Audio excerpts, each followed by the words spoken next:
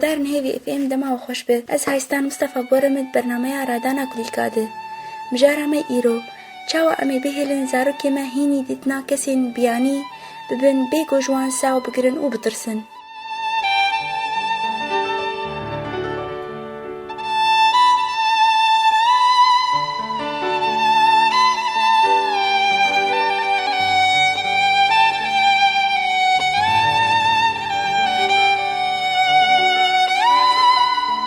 گودار نهجا زارو که بچوک بطبیعه خواه هلوستوانش کسین بیانی و غریب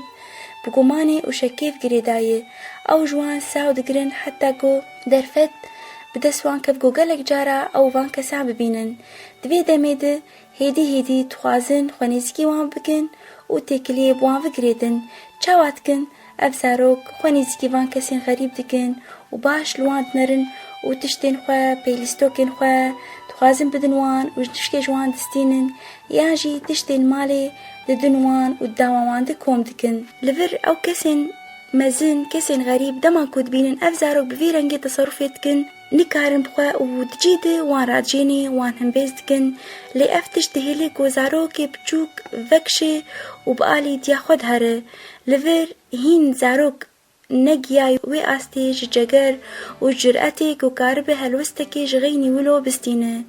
لفر دوی دی جوان کسان را بدو خیانی کرن کو دوی او درفتی بدن زاروکی کو جوان نترسن و کو دوی بنرمایی بوی زاروکیر با آخوین و پرسناجی بکن بری کو او راجن زاروکی و هم بیز بکن و حتی کو زاروک بتمنی خواه هنکی مزنبو و کارب بمشه گودی درفتی بده گو کسین غریب جغینی دیا خواه و باوی خواه ببینه